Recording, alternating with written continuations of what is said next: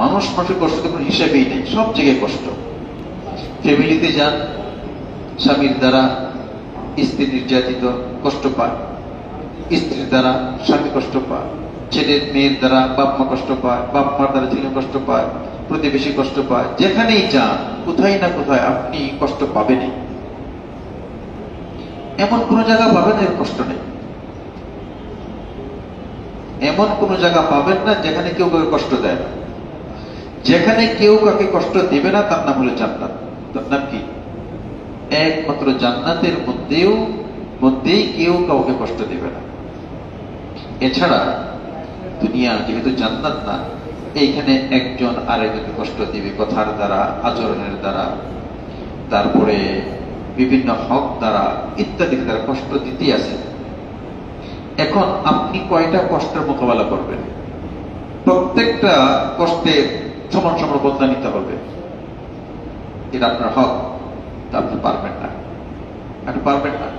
প্রতিটা মুহূর্তে কষ্ট পাচ্ছেন, তাহলে আপনি কয়জনের মোকাবেলা করবেন? অতএব সবচেয়ে উত্তম গুণ হলো এই কষ্টগুলিকে সহ্য করা। এটা একটা বড় গুণ, কষ্টগুলিকে সহ্য করা। হুজুর সাল্লাল্লাহু আলাইহি ওয়াসাল্লাম বলেছেন, একটা সত্য হলো এটাও যে আনতালকা আখাকা বিওয়াজহিন তালিক, তুমি তোমার আরেকজন মুসলমান ভাইয়ের সাথে সাক্ষাৎ করবে খুশি চেহারায়, হাসি। তুমি যদি একটু চেহারাকে মলিন করে, কালো করে সাক্ষাৎ করো, তো ওখানে তার মানে প্রশ্ন, কি ব্যাপার, আমার চেহারা করে রাখলো কেন, কি হইল, করি নেই, এই বিভিন্ন প্রশ্ন আসবে।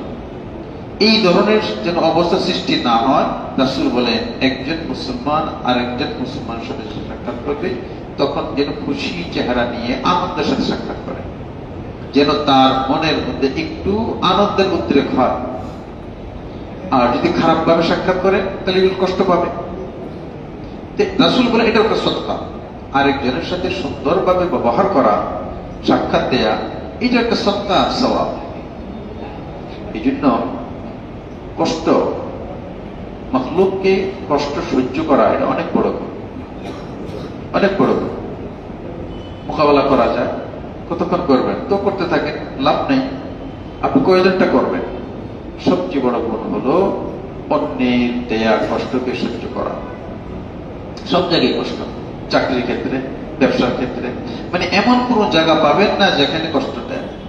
আপনি বাসে যান, সেখানেও কেউ না কষ্ট একটা লাগবে, কন্ট্রাক্টের সাথে লাগবে, অথবা উঠতে গিয়ে লাগবে, এই লোকে ধাক্কা লাগছে, নারাজ হয়েছে, এই আপনারই একটা ধাক্কা দিল, আপনার পায়ে পাড়া মারল। এই সব জায়গাতে কিছু ঘটতেছে। যত ধরনের কষ্ট হোক, এইগুলিকে সহ্য করা। এখন প্রশ্ন হলো, তাহলে কি একটু প্রতিকার নাই? আমার কষ্ট দিয়ে যাবে? প্রতিকার নেওয়ার অনুমতি আছে, সুযোগ আছে। যদি কেউ অন্যায়ভাবে কষ্ট দেয়, তাহলে শরীয়তে তাকে সেই পরিমাণ বদলা নেওয়ার অনুমতি দিয়েছে, এটা হলো শরীয়ত।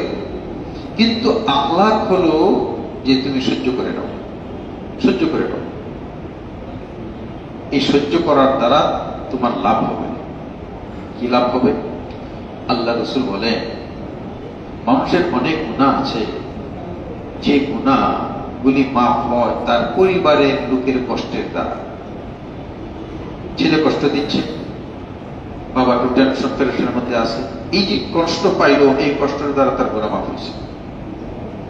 অমুকে কষ্ট দিছে, গুনাহ মাফ হয়েছে। তো এই যে বিভিন্ন গুনাহগুলি মাফ হয়, এই কষ্ট অন্যের কষ্টের দ্বারা ছোটখাটো গুনাহ মাফ হয়ে যায়।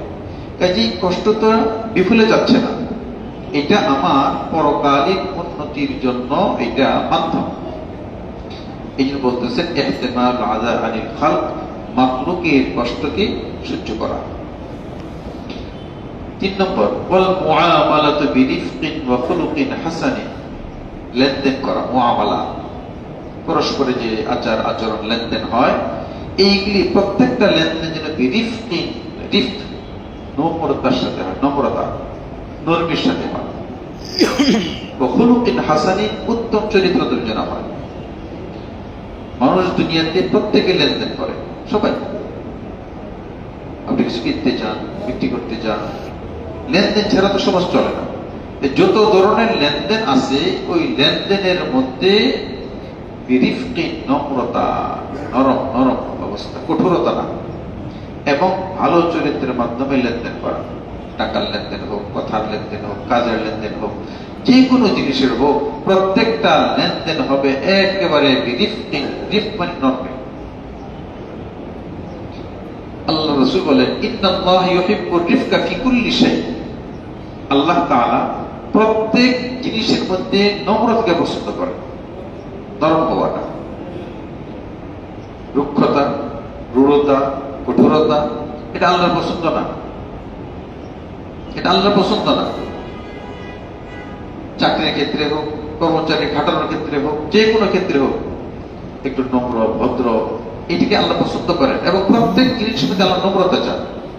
তো যিনি আল্লাহর হাতে প্রতীক হবে, তার আখলাক হবে, চরিত্র হবে যে সে রিফকি মুআমালা, লেনদেন করবে একেবারে নম্র হয়ে, ওয়া খুলুকিন হাসানিন, এবং উত্তম চরিত্রের মাধ্যমে। যে চরিত্রটা, যে আচরণটা ভালো, ওইটার মধ্যে সে লেনদেন করবে। ওয়া তারকু গাযাবিন ওয়া গাইজিন, এবং ক্রোধ, রাগ, এইগুলিকে বর্জন করবে। ক্রোধ, মনের ভিতরে ক্রোধ আসছে, এটাকে বর্জন করবে। যিনি আল্লাহর প্রতি, আল্লাহকে পেতে চায়, সে মাখলুকের প্রতি ক্রোধ প্রকাশ করবে, সময় আসলেও এটাকে সংবরণ করবে, ক্রোধ। হযরত ওমর ফারুক রাদিয়াল্লাহু তাআলা বলেন যে ওই ব্যক্তি বাহাদুর না যে ব্যক্তি আরেকজনকে মাটিতে আছাড় দিয়ে ফেলে দিল, এটা বাহাদুরির কিছু না, শক্তি আছে, বেলায় আছে। এর চেয়ে বড় বাহাদুরি হলো যখন কারো ক্রোধ হয়, রাগ হয়, তখন ক্রোধকে সংবরণ করা। রাগের পরিবেশ হয়ে গেল, বাস নিজেকে সহ্য করে নিল, এইটা হলো বড় বাহাদুরি।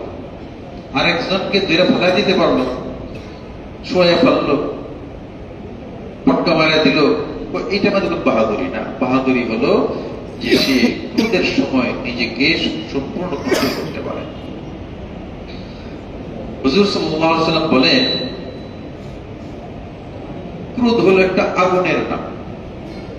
ক্রোধ একটি আগুন, আগ্নেয়গিরি। রাসূল বলেন, যখন কারো ক্রোধ হয়, ইত্তাফাখা ওয়াদজাব, তার দুইটা রগ, এই যে গালের মধ্যে যে রগ থাকে, গলার মধ্যে, রাগ উঠলে এটা মোটা হয়ে যায়। রাগ উঠলে কি হয়? রগগুলি মোটা হয়ে যায়। এবং ইশতাদ্দা সাউতুহু, তার আওয়াজ শক্ত হয়ে যায়। আগে যেভাবে কথা বলতেছিল, রাগে যখন বলছে আওয়াজ পরিবর্তন হয়ে গেছে। ইশতাদ্দা সাউতুহু, তার আওয়াজ শক্ত হয়ে যায়, কঠিন হয়ে যায় রাগ উঠলে। এবং তার চক্ষু লাল হয়ে যায়। ইহমাররা আইনাহু, তার দুই চোখ লাল হয়ে যায়। যখন রাগ ওঠে তখন চক্ষু লাল হয়ে যায়, এবং তার চেহারাও লাল হয়ে যায়। গলার রগ ফুলে যাওয়া, গলার আওয়াজ মোটা হয়ে যাওয়া, চোখ রঙিন হয়ে যাওয়া, চেহারা লাল ভাব চলে আসা, সবগুলি আগুনের বহিঃপ্রকাশ। কিসে বহিঃপ্রকাশ? কলবের মধ্যে যে একটি আগুনের লুক্কা ছিল, সেই লুক্কার বহিঃপ্রকাশ তার চোখের মাধ্যমে, তার চেহারার মাধ্যমে, তার স্বরের মাধ্যমে, তার গলার ফুলে যাওয়ার মাধ্যমে বিভিন্ন প্রকাশ পাইতেছে। এখন যে জিনিসটা এত ক্ষতিকর, এই রাগ দ্বারা কোনো লাভ নাই, ক্ষতি। 2 নম্বর, যে কোনো মানুষের আকল হইল সবচেয়ে মূল্যবান জিনিস, আকল। এই আকল বুদ্ধি না থাকলে মানুষের মূল্যই নেই। পাগলের মূল্যই নেই। এমনকি শরীয়তের বিধানও পাগলের উপর আসে। তাহলে সবচেয়ে মূল্যবান জিনিস হলো তার আকল। যখন একটা মানুষ রাগ করে, তখন তার আকল স্থির থাকে না এবং সঠিক সিদ্ধান্তে পৌঁছতে পারে না। রাগ করে, রাগের মাথায় যে সিদ্ধান্ত দেওয়া হয়, প্রত্যেকটা সিদ্ধান্ত ভুল হয়, খুব বেশি। তাহলে রাগের মধ্যে শুধু ক্ষতির দিক, লাভ নেই। অতএব যে কোনো ক্রোধ এবং হিংসাকে বর্জন করা, এইগুলির আল্লাহকে পাওয়ার হতে অন্তরায় বাধা, কাজেই এইগুলিকে বর্জন করা। এখন তাহলে রাগ করবো না। রাগ না করলে এই রাগের যে যোগ্যতা, এটা না করলে দুনিয়া চলবে কেমনে? যার রাগ নাই সে গাদা, গাদারে ফুসাইলে সহজে রাগ করতে চায় না। তো এই যে রাগ না থাকলে কাজ করবো কেমনে? সংসার চলবে কেমন? দুনিয়া চলবে কেমনে? রাগ যতক্ষণ পর্যন্ত আকল এবং শরীয়তের ভিত্তিতে রাগ করা হয়, এটা সঠিক, এটা সঠিক। সে নামাজ পড়ে না ছেলে, আপনি রাগ করবেন না? রাগ না করলে তাকে নামাজ পড়াবেন কিভাবে? ছেলে উল্টা বলতে চলে, বুঝেছেন? ঠিক হয় না। এখন রাগ না করলে তো চলতেছে না, রাগ করতে হবে।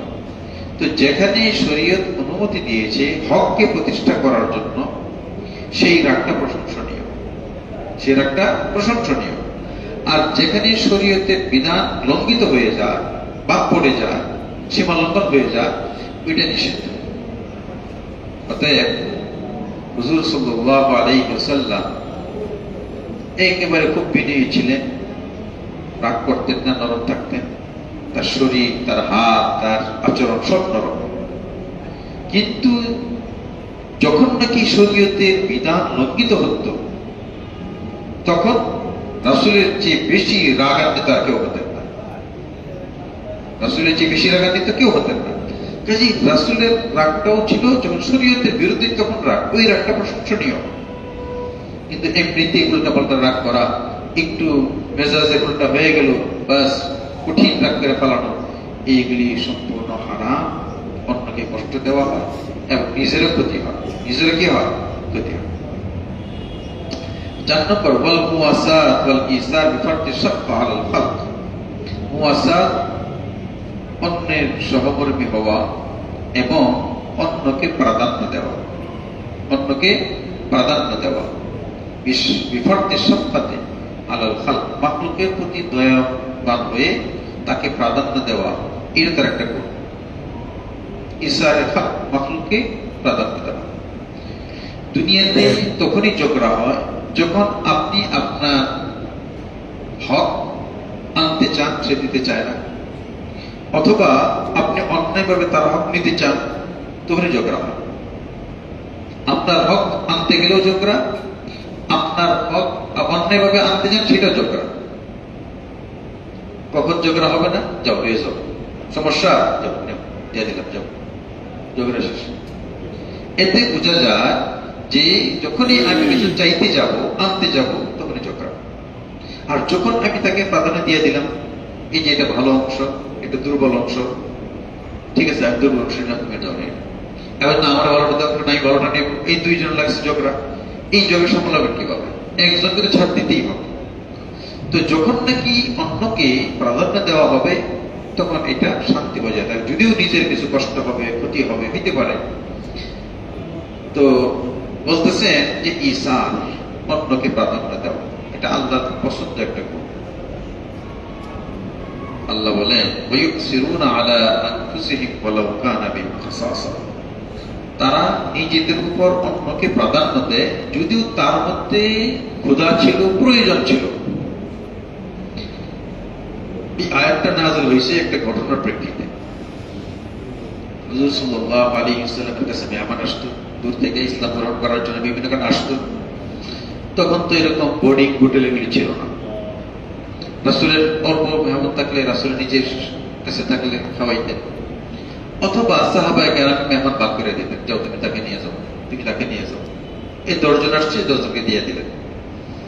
তো একদিন এক সাহাবী এক মেহমান নিয়ে বাড়িতে গেছে। এর তো আর জানে না, মহিলাও তো জানেন না, একের থেকে মেহমান নিয়ে চলে গেছেন। এসার পরে গিয়ে দেখেন বাড়িতে কি, বাড়িতে সামান্য খাবার আছে, রাত্রে যতটুকু নিজেরা খায়, এখন নিজের তো কম কম, এখন মেহমানরা তো কম খাওয়ানো যাবে না, এখন বাচ্চারা আছে, আমরা আছি, কি করা যায়? স্ত্রী বুদ্ধি দিল, এক কাজ করি, বাচ্চাদেরকে ঘুমায়, ঘুম পাড়ায় দেয়। তো ওনারা কি করলেন? বাচ্চাদেরকে ঘুমাইতে দিলেন, না খাওয়ায়, খানা অল্প। আর আমরা দুইজন, তোর পর্দা না চালাইনি, পর্দার আগের ঘটনা এটা, আমরা দুইজন ছলে বলে না খাওয়ার অবস্থা করবো, যে আমার পেট ভরে খায়। তাই করলেন, বাচ্চাদেরকে বাড়িয়ে দিলেন। এবং তখন খুবই বাতি ছিল, খাওয়া শুরু হইতেই একটু নাড়াটাড়া লেগে বাতিটা নিবাই দেওয়া হলো, খান। এই খুবই আনতে আনতে খাওয়া। ওই জমানে তো খেজুর টেজুর রুটি খাইছে, এরপরে খাইছে। আমার বুঝতে পারে নাই যে এই দুইজনে খাই নাই, বাচ্চাও খাই নাই, বাচ্চারাও খাই নাই, স্বামী স্ত্রীও খাই নাই, আমার পেট ভরে খাইছে। এই যে তাদের খাবার দরকার ছিল, তারা না খেয়ে প্রাধান্য দিলেন। আল্লাহ তাআলা এই প্রেক্ষিতে আয়াত নাযিল করলেন, রাসূলের কাছে আয়াত আসলো, ওয়ায়ুসিরুনা আলা আনফুসিহিম ওয়ালাউ কানা বিহিম খাসাসা। তারা তাদের নিজেদের উপর অন্যকে প্রাধান্য দেয়, যদিও তাদের খাসাসা প্রয়োজন ছিল, তারা প্রয়োজন দেখে নাই। তো দেখেন, আল্লাহ খুশি হইয়া এই প্রয়োজন, মানে ঈসা বলা হয়, এই ঈসাটাকে পছন্দ করছেন, আয়াত নাযিল করলেন। এইটা শুধু ওই ব্যক্তির জন্য না, কিয়ামত পর্যন্ত যত মানুষ অন্যের প্রতি ঈসার করবে, আল্লাহ তাআলা তাদেরকেও এতে মহব্বত করবেন। বলতেছেন এটা ঈসা মাখলুকের প্রতি দয়াবান হয়ে প্রাধান্য দেব। সবাই যদি আমি আমারটা চাই, আমারটা চাই, আমারটা চাই, হক আনতে চাই, বিশাল ঝগড়া। কিছু প্রাধান্য দিতে হয়, সেটা কি মাখলুকের হককে আগে দিয়ে দেওয়া নিজের অংশের উপর। আমার যে অংশ ছিল, আমার অংশের উপর তাকে প্রাধান্য দিয়ে দেওয়া। 5 নম্বর গুণ, সাখাওয়াত, দানশীলতা থাকতে হবে। দান, উদার দানশীলতা, এটা একটা বিশাল এক গুণ। হাতেম তাই প্রসিদ্ধ এক ব্যক্তি, সে মেহমানদারি করত, দান করত, এই জন্য সে হাতেম তাই হিসাবে প্রসিদ্ধি পায় গেছে। তো দানশীলতা মানুষের একটি ভালো গুণ। এর বিপরীত আসে কৃপণতা। এর বিপরীত কি আসে? কৃপণতা। দানশীলতার দুইটা অর্থ, মানে কৃপণের দুইটা অর্থ। একটা হলো যে ব্যক্তি যাকাত দেয় না, তার মালের মধ্যে গরিবের হক রয়ে গেছে, এই হকটা সে দিচ্ছে না, গরিবকে ঠকাচ্ছে, এটা হলো আসল কৃপণ। যে যাকাত পর্যন্ত দেয় না, সে কি আসল কৃপণ। এটা এক। 2 নম্বর, এটা মানে এর কোনো হক না। দ্বিতীয় প্রকার, এটা কোনো হক না, কিন্তু এটা করা উচিত। কি করা উচিত? করা উচিত, কিন্তু ওইটাকে করে না। স্বাভাবিক যে হিসাব আছে খরচ করার, এবং সে এই খরচ করতে সক্ষম, সে এইটাও করে না। এটা হলো সামাজিক কৃপণ, সামাজিকতার মধ্যে কৃপণ। আর শরীয়তের মধ্যে আসল কৃপণ হলো যে ব্যক্তি নিজের যাকাতটাই দেয় না, অর্থাৎ অন্যের যে ওয়াজিব হক রয়ে গেছে, এই হক যে আদায় করে না, সে হলো আসল কৃপণ। আর যে জিনিসটা সামাজিক ভাবে করা উচিত, স্বাভাবিক নিয়মে, এটা যে কম করে, এলো কৃপণ। আর যে ব্যক্তি এই সবগুলিকে সঠিকভাবে আদায় করে, এইটাই হইল উদারতা, দানশীলতা। মনটা উদার, মানে দিচ্ছে, কার্পণতা রাখতেছে না, কার্পণ রাখতেছে না। এই উদারতা হইল একটা বড় একটা গুণ। হুজুর সাল্লাল্লাহু আলাইহি ওয়াসাল্লাম কানা আজওয়াদান নাস, সবচেয়ে বেশি সখী ছিলেন, দানশীল ছিলেন। এবং বুখারীর হাদিস, সবচেয়ে বেশি সুখী হইতেন তিনি রমজানে, আরো বেশি। ওয়াকানা আজওয়াদু মা ইয়াকুন ফি রমাদান, রমজানের মধ্যে দানশীলতা আরো বেড়ে যেত। আর এছাড়াও মানুষের সাখাওয়াত ছিল, জমাইতেন না। একবার বাহরাইন থেকে মাল আসছে, এই মাল দিছেন, অল্প কিছু রয়ে গেছে, দিনার রাসূলের ঘুম আসে না। যতক্ষণ পর্যন্ত এইগুলি বিলি না করলেন, ঘুম আসে না। বললেন, কাছ থেকে 3 দিরহাম নিয়ে ওই ব্যক্তিকে দিয়েছিলেন।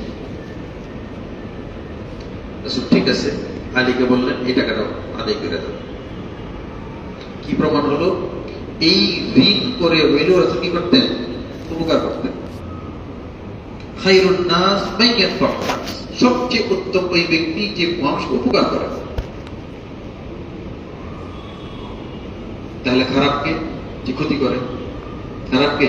যে সবচেয়ে উত্তম ওই ব্যক্তি যে মাইয়ান নাস, যে মানুষকে উপকার করে। সামাইল তিরমিজির মধ্যে আসছে,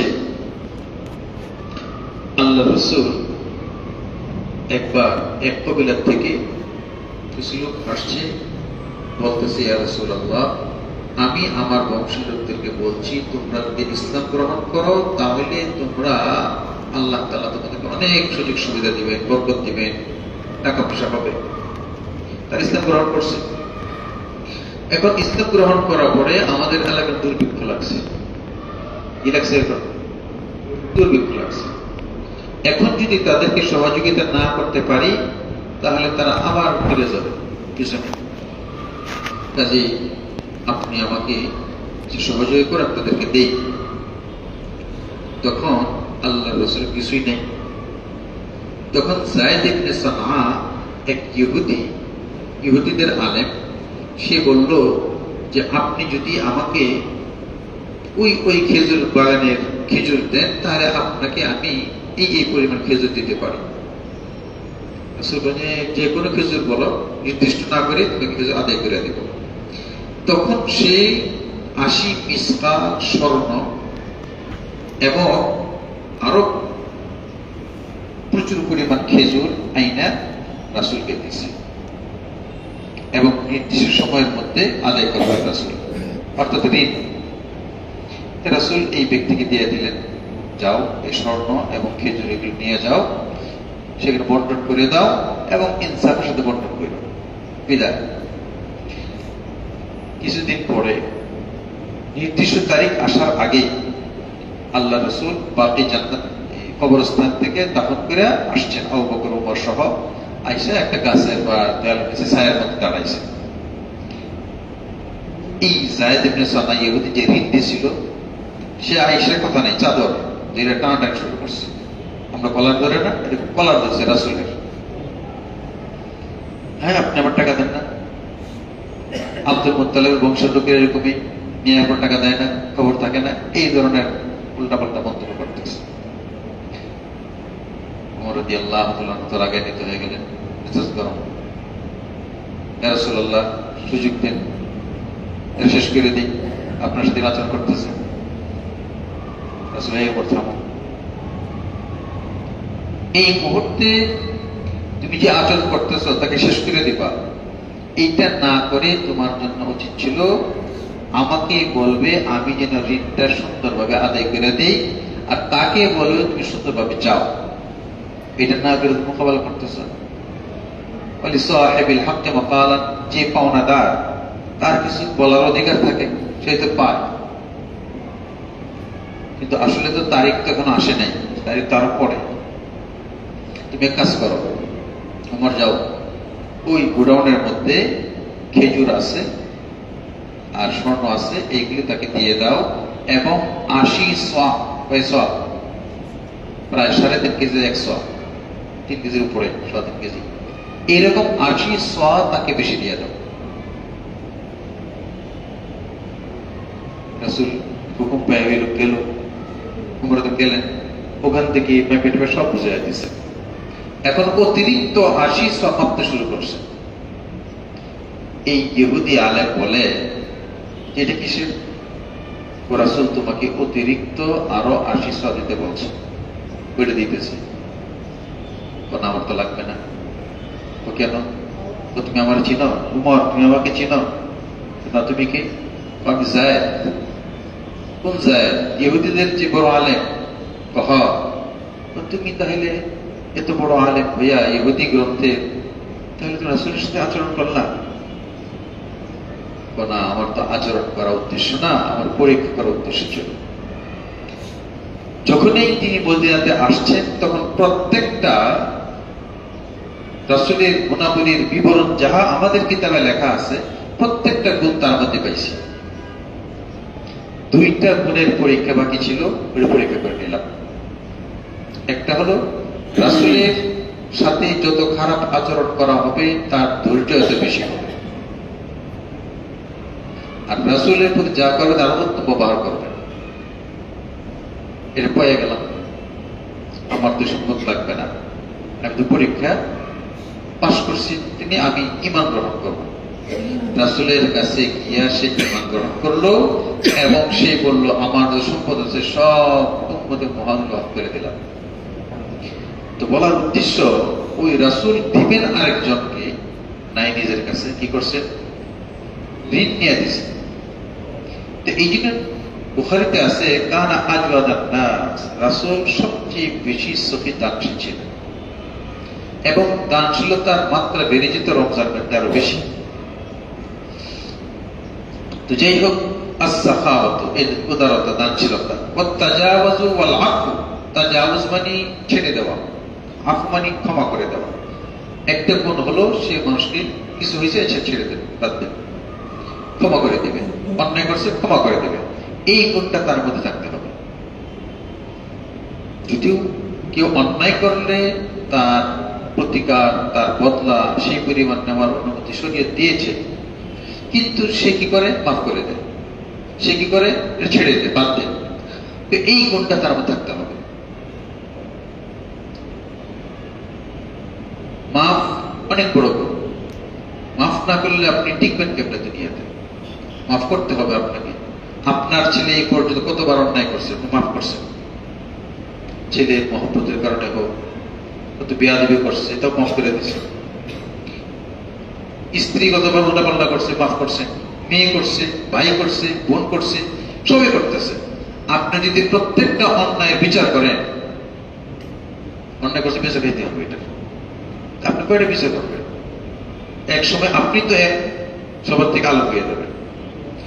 এই জন্যই মাফ, মাফ ছাড়া দুনিয়া টিকবে না। মাফ। আমরা প্রথমে সালাম দেই, এরপরে সাক্ষাতের দ্বিতীয় কাজ কি করি, মুসাফা করি। কি করি? মুসাফা করি। সেখানে কি পড়ি? ইয়াগফিরুল্লাহু লানা ওয়া লাকুম, আল্লাহ তাআলা আমাদেরকে মাফ করুন, তোমাদেরকে মাফ করুন, দুইজনেই করে। আল্লাহ আমাকে মাফ করুন, আল্লাহ ইয়াগফিরুল্লাহু লানা, মাফ করুন আল্লাহ আমাকে, ওয়া লাকুম, মাফ করুন আল্লাহ তোমাকে। এই দোয়া পড়ি। আবার মুসাফাহা করি। মুসাফাহা সাফন, সাফন শব্দের অর্থ হইল মাফ করে দেওয়া। এই মুসাফা করলাম, দুইজন মিলে হাত মিলাইয়া সাফন, এর অর্থ হইল প্রথম শান্তির দোয়া দিলাম, এরপরে মুসাফা করলাম। মুসাফা শব্দের অর্থ হইল কি? মাফ করা। ফাসফাহিস সাফহাল জামি, উত্তম ভাবে মাফ করে দাও। আবার দোয়াও করতেছে, ইয়াগফিরুল্লাহু লানা। 3 নম্বর কাজ করি কি? মুআনাকা করি, গলাগলি করি, কোলাকুলি করি। সেখানে দোয়া কি? আল্লাহ মজিদ মুহাব্বতি লিল্লাহি ওয়া রাসূল, আল্লাহ আল্লাহ রাসূলের মহব্বত বাড়ায়া দেয়। আগে শান্তির দোয়া, পরবর্তী নিজেদের মধ্যে মাফামাফি হয়ে গেল, সেও মাফ করলো, সেও মাফ করলো, এরপরে তৃতীয় করে কি করলো? মহব্বত। এইটাই হইল যে অন্যকে ক্ষমা করা, অনেক মাফ করে দেওয়া। এটাই হইল আদর্শ ইসলামের। যিনি আল্লাহর পথের প্রতীক হবেন, তিনি এই কাজগুলি করবেন। ওয়া তালাকাতুল ওয়াজহি ওয়াল বাশার, চামড়া, চেহারা এটা নরম রাখা। রুক্ষভাবে চেহারা কেমন করে রাখছে, সাক্ষাৎ করতে গেলে হ্যাঁ মানে তো আমি দেয় না, অবজ্ঞা করলো, তো এই ধরনের চেহারা কখনো করিও না। তোমার চেহারা হাস্যোজ্জ্বল থাকুক, এইভাবে অন্যের সাথে সাক্ষাৎ করো। তালাকাতুল ওয়াজহি, সবসময় শরীর, চামড়া এর মধ্যে যেন একটু হাস্যোজ্জ্বল ভাব থাকে। হুজুর সাল্লাল্লাহু আলাইহি ওয়াসাল্লাম অনেকগুলি সত্তার কথা বলছেন। একজনের বালতির পানি তাকে দিয়ে দেওয়া, কুয়াতে পানি ওঠানো কঠিন। এখন কাজটা আমি করলাম, ঠিক আছে, তাকে দিয়ে দিলাম, তার কষ্ট করতে হইল না। তো এই যে পানিটা তুমি ঢেলে তাকে দিয়ে দিলে, লাগা সাদাকা, এটা কি? সাদাকা। এরকম কয়েকটা সত্তার পরে বলতেছে, এবং তুমি তোমার ভাইয়ের সাথে সাক্ষাৎ করবে হাস্যোজ্জ্বল চেহারায়, লাগা সাদাকা, সেটা কি তোমার জন্য সৎকার সওয়াব। কাজে এইগুলি সুন্দরভাবে নরম চেহারা, হাস্যোজ্জ্বল চেহারা রাখা, এইটাই হইল একজন আল্লাহর প্রতীকের জন্য এই আখলাক, যেন আল্লাহ তাআলার মহব্বত সে পায়। এগুলি কেন করবে? এই এরকম হইলে পরে আল্লাহ তাআলার মহব্বত তার মধ্যে আসবে। ওয়াসসাহুলাতু ওয়ালাইকিনুল জানি, এবং সবসময় নরম, কঠোরতা অবলম্বন না করে নম্রতা অবলম্বন করা, সহুলা। একটা কাজ নরম ভাবে করানো যায়, এটাকে আবার কঠোর ভাবে করানো যায়। রাসূল বলেন তুমি সহুলত, আসানির সাথে যেটা হয় এটা এই পথ অবলম্বন করো। হুজুর সাল্লাল্লাহু আলাইহি ওয়াসাল্লাম হযরত আবু মুসা আশআরী এবং মুআয ইবনে জাবাল রাদিয়াল্লাহু তাআলা আনহুকে পাঠাইলেন, ইয়ামানের গভর্নর পাঠায়। যাওয়ার সময় যে নসিহত করলেন, তখন একটা নসিহত করলেন, ইয়াসসিরা ওয়ালা তুআসসিরা, তোমরা দুইজনেই মিলে সহজ পন্থা অবলম্বন করবা। যাইতেছ দায়িত্ব নিয়া, সেখানে মানুষ পরিচালনা করবা, সব ঠিকঠাক করবা, প্রত্যেকটা ক্ষেত্রে ইয়াসসিরা সহজ পন্থা অবলম্বন করো, ওয়ালা তুআসসিরা জটিলতা কঠোরতা অবলম্বন করো না। একটা কাজ সহজ করে দেওয়া যায়, এটা না করে ওই 5টা টেবিল ঘুরে টুরে একেবারে সারাদিন লাগাইয়া করে দিয়ে দিল। এটা না করে সহজেই সিস্টেম করা আছে, করে দিতে পারে, করলো না। তো রাসূল বলেন তুমি যে কোনো কাজের মধ্যে সহজটাকে অবলম্বন করো, কঠোরতা নয়। বাশশিরা ওয়ালা তুনাফিরা, সেখানে গিয়ে মানুষকে সুসংবাদ দাও, এমন কথা বলো, এমন কর্ম, এমন পথ অবলম্বন করো যেন সে খুশি হয়। ওয়ালা তুনাফিরা, মানুষ যেন তোমাদের প্রতি ঘৃণার সৃষ্টি না হয়, ঘৃণার সৃষ্টি না হয়। এক ইমাম সাহেব আসছে, ইয়া রাসূলুল্লাহ, আমি ওই মহল্লে নামাজ পড়ি, ওখানে এক লোক কেরাত লম্বা করে, অনেক সময় আমার এটা সম্ভব হয় না। তখন তাকে ডাকলেন, মানে তার আচরণ, তার ইমামতি ইত্যাদির দ্বারা মুসলিমদের কষ্ট হয়, অস্বাভাবিক। তখন তার সাথে ডাকলেন, কি ব্যাপার? আফাতনারুন ফিল আরদ, তুমি কি জমিনে ফিতনা সৃষ্টি করবা? এই লোকটা নামাজ পড়তে চায়, তোমার এই আচরণ করে সঠিক নামাজ পড়তে পারে না। তো ওইখানেও ইমামকে ধমকাইলেন এবং সহজ করতে বললেন, কেরাতকে কমাইতে বললেন, লম্বা লম্বা কেরাত পড়ে। এখন অনেকে প্রয়োজন থাকে, অনেকে অসুস্থ, অনেকেই তারা থাকে, তখন তো এগুলি অবস্থা। স্টেশনের মধ্যে প্ল্যাটফর্মের মসজিদ আছে, এখন প্রত্যেকের মুসাফির ট্রেনের অপেক্ষা থাকে, ট্রেন আসবে, 5 মিনিট আছে, নামাজ হইতে করে ফেলে। এখন ইমাম সাহেবের নামাজকে 5 মিনিট 10 মিনিট নেয়, ট্রেন এসে চলে যায়। এখন মুসল্লির অবস্থাটা কি? কাজেই অবস্থার প্রেক্ষিতে নামাজকে এরকম করতে হয় সংক্ষেপ, কারণ সবাই এখানে দৌড়ের মধ্যে আছে। এখন লম্বা চললো, এই দিক দিয়ে টেনশন, এই যে ঘন্টি শোনা যাচ্ছে ট্রেনের, আমারটা এলো না আরেকটা এলো, কি করবো, নামাজ ছেড়ে দেবো না কি করবো, সংক্ষেপ সমস্যা কি? তো এই সব ক্ষেত্রের মধ্যে রাসূল বললেন তোমরা সব সহজ করো, কঠিন করিও না, এবং মানুষকে সুসংবাদ দাও, আচরণ যেন সুসংবাদের হয়, এমন আচরণ করো না যেন তোমার মধ্যে ঘৃণার সৃষ্টি হয়। তো যিনি আল্লাহর প্রতি প্রতীক হবে, তার কি করতে হবে? সব কিছুর মধ্যে সহজ